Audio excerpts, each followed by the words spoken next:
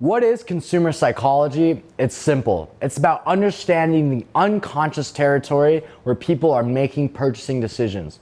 Quite contrary to what you would think, people aren't entirely rational actors. This is why high-end stores offer champagne as a part of the buying experience and sometimes extremely ornate decorations. Why McDonald's has iconic golden arches and why Abercrombie for many years smelled and looked like a nightclub. Although e-commerce is on the internet, it also faces the same puzzle of convincing someone to part ways with their hard-earned cash. This time, it's just a digital storefront instead of a physical one. Remember, we are pursuing branded niche dropshipping, so we are going to make a unique branded feel that will strongly influence the psychology of consumers. And all these things I just mentioned, they have nothing to do with the product, but these businesses still invest in that stuff because it helps with purchasing decisions at a subconscious level. I'm going to introduce you to something I like to call the 4 pillars of consumer psychology. This is an easy framework for you to understand the relevant components of consumer psychology as it relates to e-commerce. So the first pillar is called the selectivity between options. This just means that we need to understand how consumers choose businesses, products, and services from one another. Like I mentioned in a previous lesson, the average consumer sees 4,000 digital ads in a single day. We have to make sure that we are conscious of what will make someone choose our dropshipping business not only over other dropshipping businesses, but also over institutional brands. Does this sound scary that we're going to be competing against big brands as well as other dropshippers? Don't worry.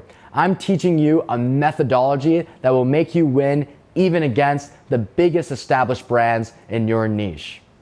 Pillar number 2, thoughts and emotional motivations. We need to understand what type of thinking process, both logical and emotional, goes on in a consumer's brain as they are making a decision. For example, Dove was notorious for having a campaign centered around feminism and female empowerment, and that certainly drove sales. Apple had a very successful campaign positioning themselves as the cool, hip alternative to an outdated and nerdy Windows PC. Your dropshipping business is going to have an emotional feel that convinces customers beyond the prices and the features of products. That is the goal of branded niche dropshipping. Pillar number 3, external and environmental factors. Some of the best advertisements are timely in capturing something that is going on in the world. Like it or not, external factors beyond our control influence a customer's decision making for good or for bad. This can provide a tremendous opportunity if you can incorporate this understanding into your e-commerce business. One of our most viral advertisements centered around a debate between whether Trump or Obama wore a particular type of jacket better.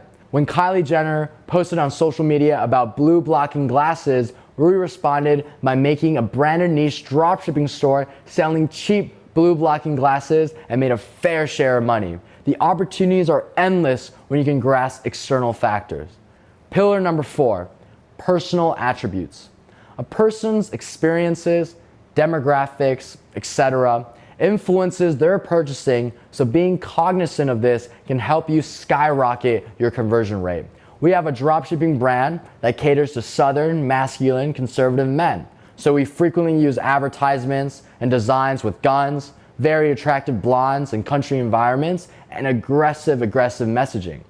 We have another dropshipping brand, on the other hand, that was very oriented around Asian cultural apparel. So we mimicked our advertisements and designs, including the font that we used, after popular styles found in anime series like Dragon Ball Z and Pokemon.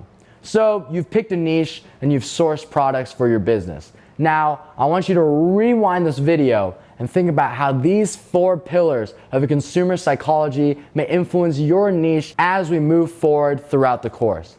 In the future, whether we're creating an advertisement, developing messaging, or designing a Shopify website, always look for ways in which you can apply the 4 pillars of consumer psychology to what you're doing.